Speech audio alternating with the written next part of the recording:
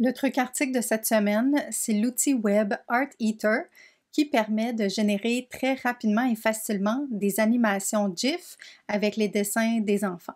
Vous pouvez voir ici à droite deux exemples qu'on a réalisés, ma fille et moi, à la maison. Il faut tout simplement télécharger et imprimer les gabarits. Ensuite, on dessine à l'intérieur des cases ce qu'on veut animer. On prend en photo les gabarits et on les téléverse dans le site web pour que Art Eater fasse sa magie. Pour accéder à l'outil Art Eater, vous devez aller sur le site web eatmy.art et vous allez voir ici une série d'exemples d'animation ainsi que la procédure, quelques gabarits et les effets que vous pouvez ajouter à votre animation. Quand vous regardez ici l'exemple avec l'arbre, il y a un effet parallaxe qui a été ajouté pour avoir pas juste une animation dans le dessin, mais aussi l'impression d'un mouvement linéaire à l'intérieur de l'image. D'autres animations possibles, ce sont par exemple la pixelisation en utilisant le mot-clé Mario, changement de couleur, un effet de flou et on peut même aussi accélérer ou ralentir l'animation en utilisant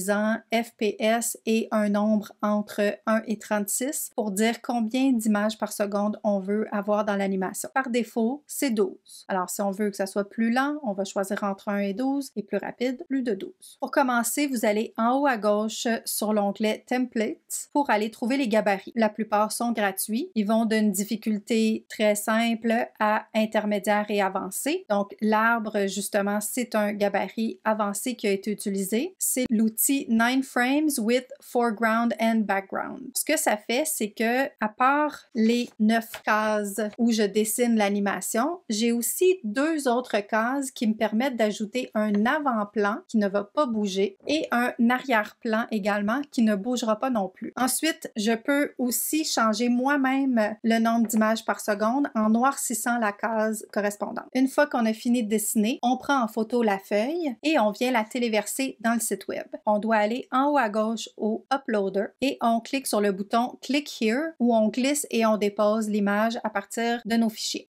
Ça prend moins d'1 minute pour recevoir notre animation. Une fois que c'est terminé, on peut soit cliquer sur le bouton Download pour télécharger dans notre ordinateur ou faire un clic droit ou maintenir le doigt sur l'image si on est sur un appareil mobile pour accéder au menu de partage de l'animation. Pour essayer à nouveau, on clique sur le bouton Reset et si on veut ajouter un effet à notre animation, il faut l'écrire tout de suite ici avant de télécharger notre image parce que dès que je la télécharge, le processus est enclenché. Vu que j'ai utilisé Parallax, je vais choisir ici Mario pour faire de la pixelisation.